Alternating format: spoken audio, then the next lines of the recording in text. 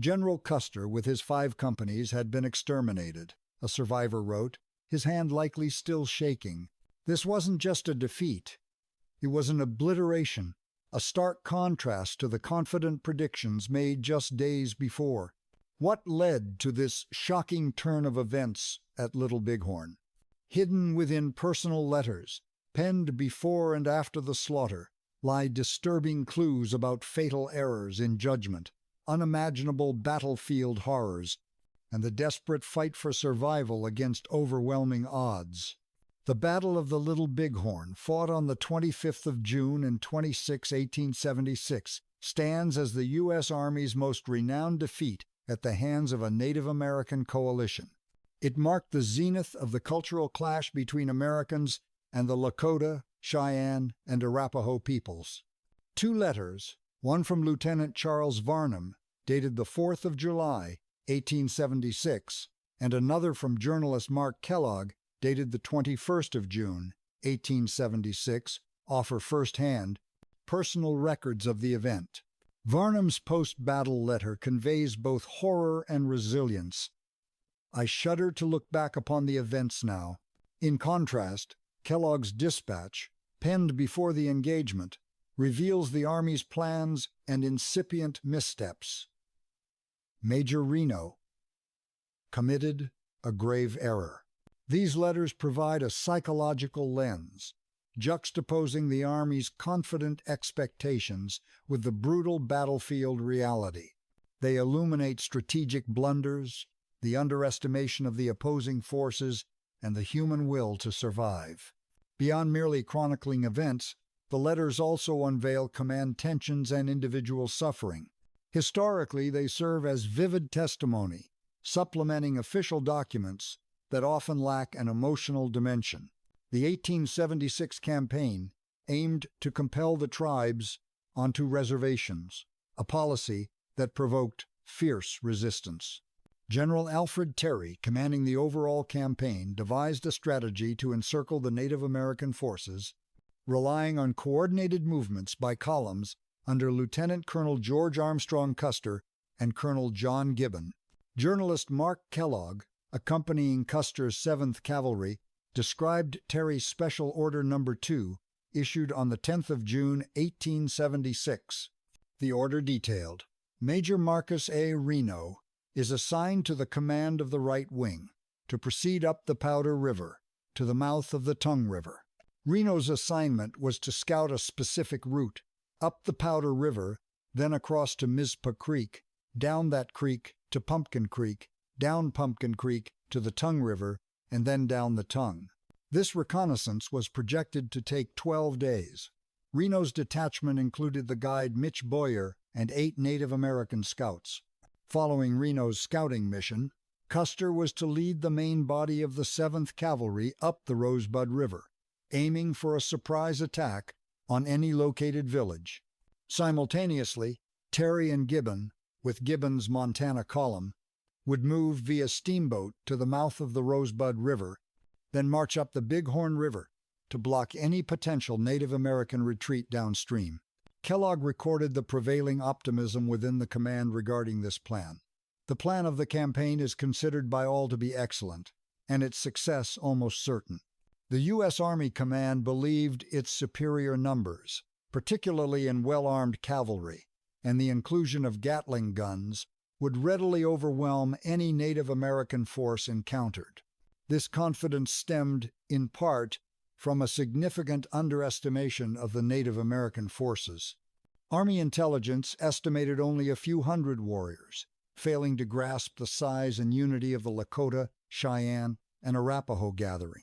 Terry anticipated that his and Gibbon's column would rendezvous with Custer's force in the Rosebud Valley, effectively creating a pincer movement to trap the opposition. Kellogg underscored the thoroughness of the preparations, noting, "The expedition is well equipped with supplies for 12 days. Psychologically, the officers, Custer in particular, held a strong conviction of achieving a swift victory, bolstered by previous successes in engagements against Native American forces. The expectation was a decisive blow that would break the tribe's resistance. Major Reno, however, deviated from his assigned reconnaissance route. Instead of adhering to the prescribed path along the Powder, Mizpah, Pumpkin, and Tongue rivers, he proceeded directly to the Rosebud River. This action directly contravened General Terry's orders. Kellogg documented this critical deviation. Major Reno committed a grave error by departing from his instructions and proceeding directly to the Rosebud, against the express and positive orders to avoid that stream. Terry's orders had specifically directed Reno to scout the other river systems first, the intent being to avoid alerting the Native American encampments before Custer's main force was in position to strike.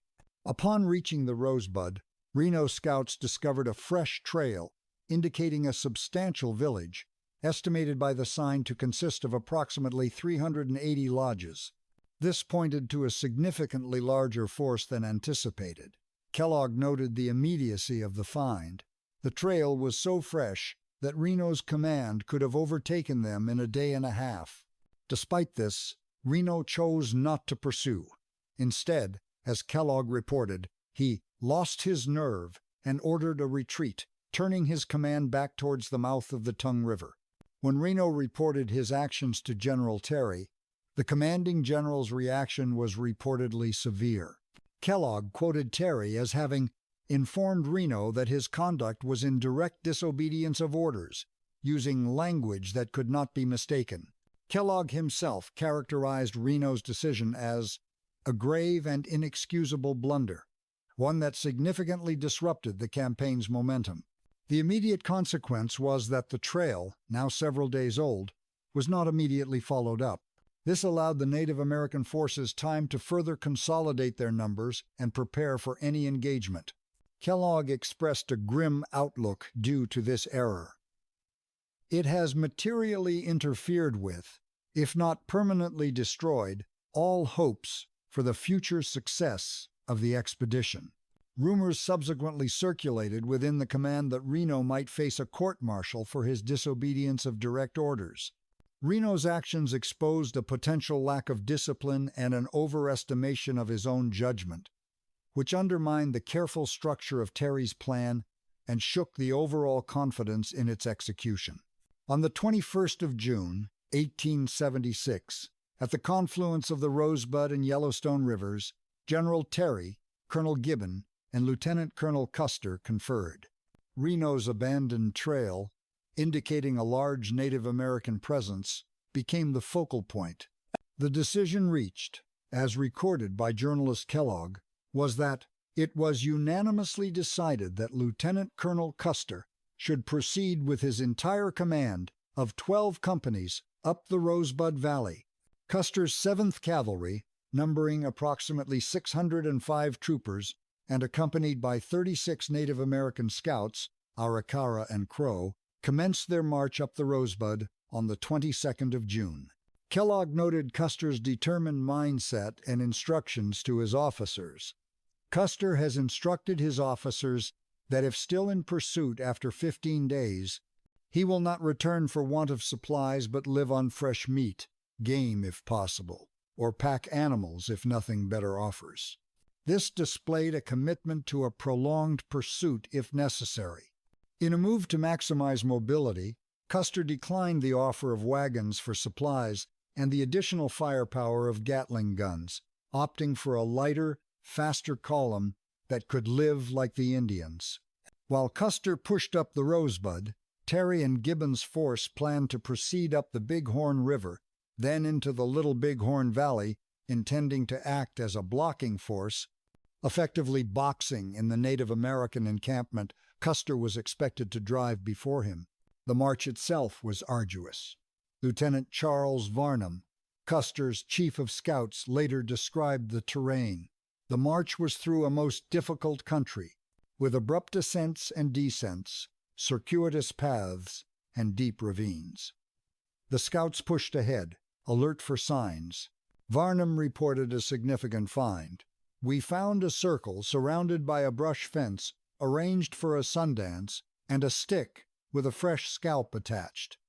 This was a clear indication of recent, substantial Native American activity including rituals suggestive of war preparations. The trail became increasingly distinct. The signs, countless pony tracks, discarded camp equipage, and the sheer width of the beaten path, pointing to a very large, though seemingly hurried, movement of people. Despite these increasingly ominous signs of a numerically superior adversary, Custer maintained his conviction that his regiment could defeat them. His psychological state appeared to be one of extreme confidence, a willingness to embrace significant risk to achieve a spectacular victory, reinforcing his reputation as an aggressive field commander. Custer's strategy hinged on locating the Native American village and launching a surprise attack. Early on the 25th of June, 1876, he dispatched Lieutenant Varnum with a mixed group of Crow and Arikara scouts to a high vantage point known as the Crow's Nest, which overlooked the Little Bighorn Valley. Varnum detailed their observation. At about 5 a.m., we saw the smoke of an Indian village. The Crow scouts said they saw 2,000 or 3,000 ponies 12 miles off. The sheer number of ponies indicated a village far larger than any previous estimates. Varnum immediately sent an Arikara scout, Red Star, back to Custer with this critical intelligence, reaching him around 8 o'clock a.m. However, the element of surprise was compromised. As Varnum's scouting party observed the valley, a small group of Sioux warriors, possibly out hunting or scouting themselves, detected Custer's trail or elements of his command. Varnum lamented their inability to prevent this. Unfortunately, we failed to intercept them. These warriors raced back to alert their village. Custer, upon receiving Varnum's message about the village's location and size, rode forward to the Crow's Nest to confer with his chief of scouts and see for himself. Informed that his force had likely been discovered, his plans for a concealed approach and a dawn attack the following day were no longer viable. Varnum recounted Custer's subsequent decision. Having been discovered, Custer decided to attack the Indians as soon as possible. Facing this new reality, Custer made the tactical decision to divide his regiment for the assault. He assigned Major Marcus Reno to lead a battalion of 3 companies, A, G, and M, to charge the southern end of the village directly. Custer himself would take a larger battalion of 5 companies, C, E, F, I, and L, and maneuver along the bluffs to the east, intending to strike the village from the north or east, potentially catching the inhabitants in a pincer. Captain Frederick Benteen was detached with 3 companies, H, D, and K, to scout to the south and west, a mission to prevent any escape in that direction and to locate other possible villages. The pack train, carrying ammunition and supplies, under Lieutenant Edward Matthey, and escorted by Captain Thomas McDougall's Company B, would follow Custer's trail. Varnum observed the initial deployment, noting, "The Crow scouts knew the ground thoroughly and said the trail led to the Little Horn." Psychologically, Custer, even knowing his presence was revealed and facing a potentially vast enemy force, trusted in the fighting capabilities of the 7th Cavalry and opted for an immediate, aggressive assault. The Native American encampment, now estimated to contain between 2,000 and 4,000 warriors, was alerted and preparing its defense.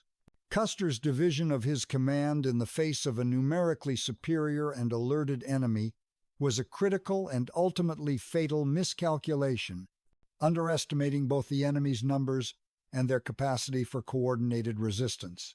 At approximately 2:30 p.m., on the 25th of June, Major Reno's battalion of 3 companies, about 140 men, initiated the attack on the southern end of the sprawling Native American village in the Little Bighorn Valley.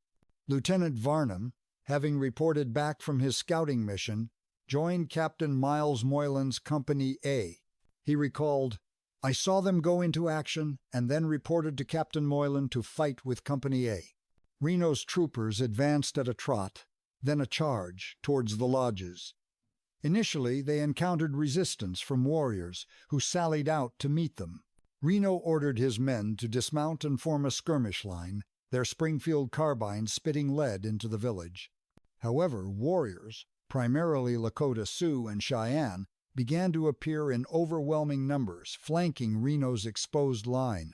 The volume of return fire intensified rapidly. Reno's men, now under immense pressure and taking casualties, were forced back into a timbered area along the river. Varnum described the desperate situation.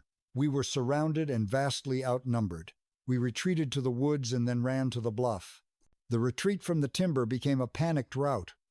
Warriors on ponies pressed the attack, riding among the fleeing soldiers, firing repeating rifles, and using lances and war clubs. Reno lost more than a third of his battalion during this chaotic withdrawal to the bluffs on the east side of the river. Several officers were killed, including Lieutenant Donald McIntosh and Lieutenant Benjamin Hodgson." Varnum noted these losses. Lieutenant McIntosh and Derudo, an Arikara scout, were missing, and Lieutenant Hodgson was killed. Meanwhile, to the north, Custer and his 5 companies were engaged in their own desperate fight.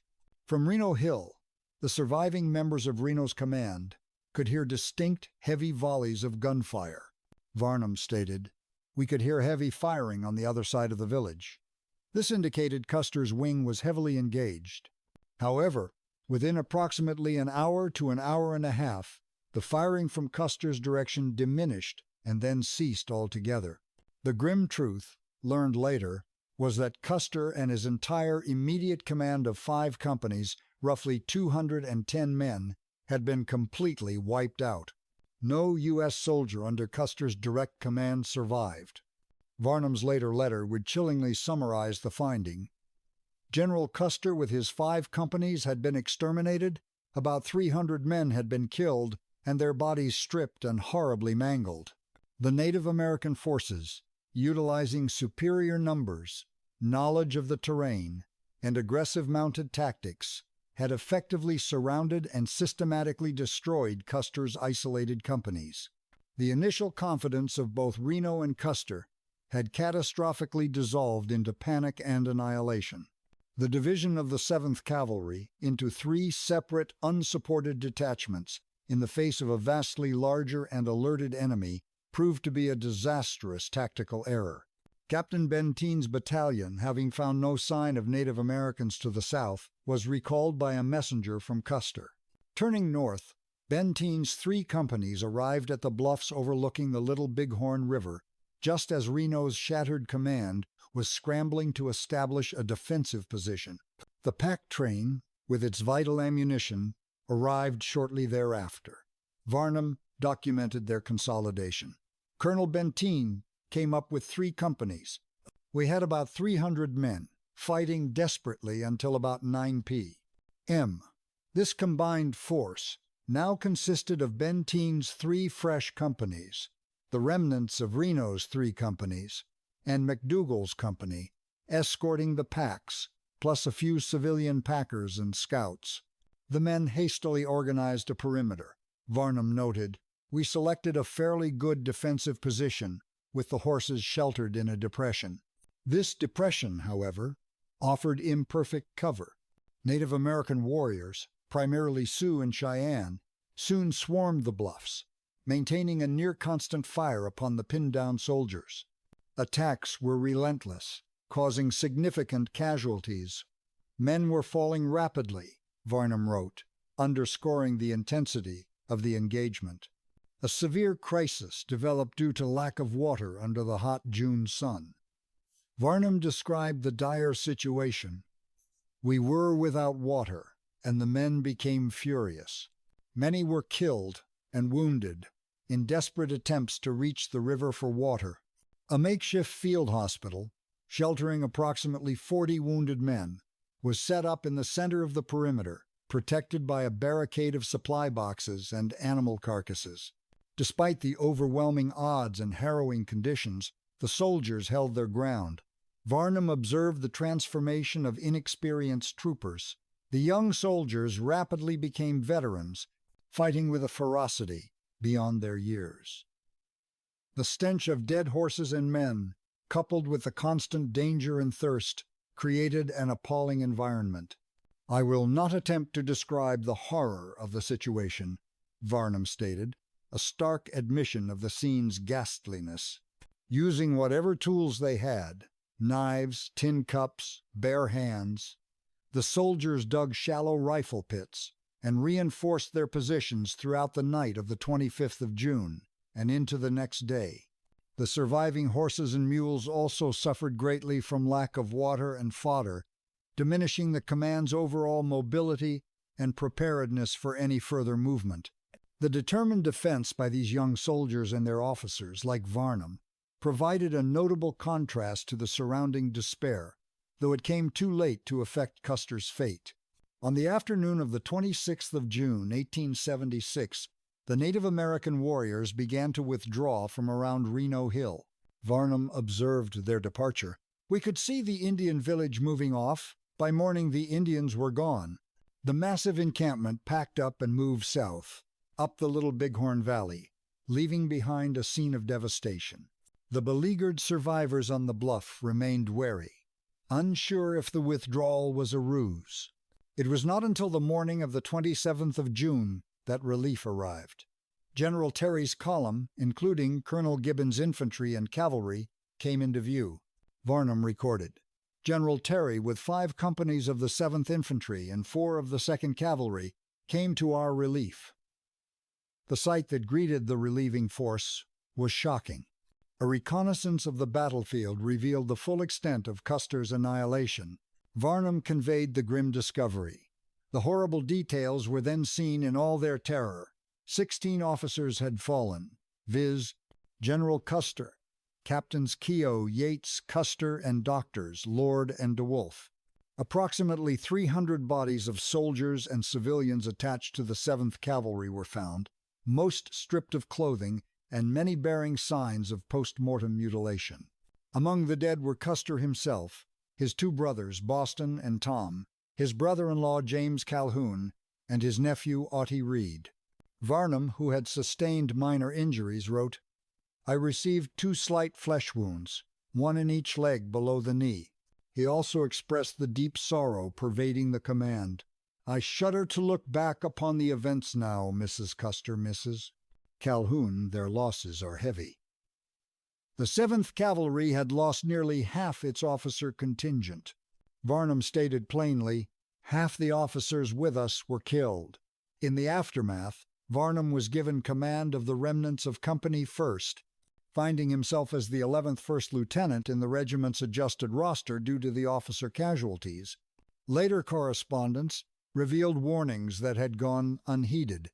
A letter from General Philip Sheridan indicated he warned General Terry not to divide his command, as he had information of at least 5,000 warriors assembled. Varnum's own estimate of their opponents was 4,000 warriors, a clear indication of how severely the Army had underestimated the combined strength of the Lakota, Cheyenne, and Arapaho. As Terry's force began the grim task of burying the dead and evacuating the wounded, word came that General George Crook's column, with 28 companies, was advancing from the south, prepared to continue the summer campaign. The personal letters of Lieutenant Varnum and journalist Kellogg provide vivid contemporaneous accounts that highlight the stark disparity between the U.S. Army's confident expectations and the grim realities encountered at the Little Bighorn. Kellogg's dispatches expose critical strategic errors, noting, "Major Reno's blunder destroyed all hopes for the expedition." Varnum's writings capture the raw horror of the defeat and the dogged determination of the survivors, observing how the young soldiers fought with a ferocity beyond their years. These documents illuminate the psychological dimensions of the campaign. Custer's unwavering self-assurance, Kellogg's critical observations, and Varnum's will to endure. The letters also reveal the profound cultural conflict between an expanding American nation and the unified Native American tribes defending their way of life. Key errors included the division of forces before a superior enemy, a consistent underestimation of Native American numbers and fighting prowess, and a lack of effective coordination between Army columns. The battle illustrates how arrogance and an insufficient understanding of an adversary can lead to disaster. Historically, these personal letters add crucial, humanizing details to the often sterile official records, offering a more complete picture of the events. The Little Bighorn became a powerful symbol of military catastrophe and deep-seated cultural conflict. Through the intimate perspectives offered by these letters, the battle is revealed not just as a tactical engagement, but as a collision of human ambition with collective resolve. These letters, penned amidst chaos and sorrow, offer invaluable insights into the human experience of war, ensuring the voices from Little Bighorn continue to inform our understanding of this pivotal historical moment and its complex, enduring implications.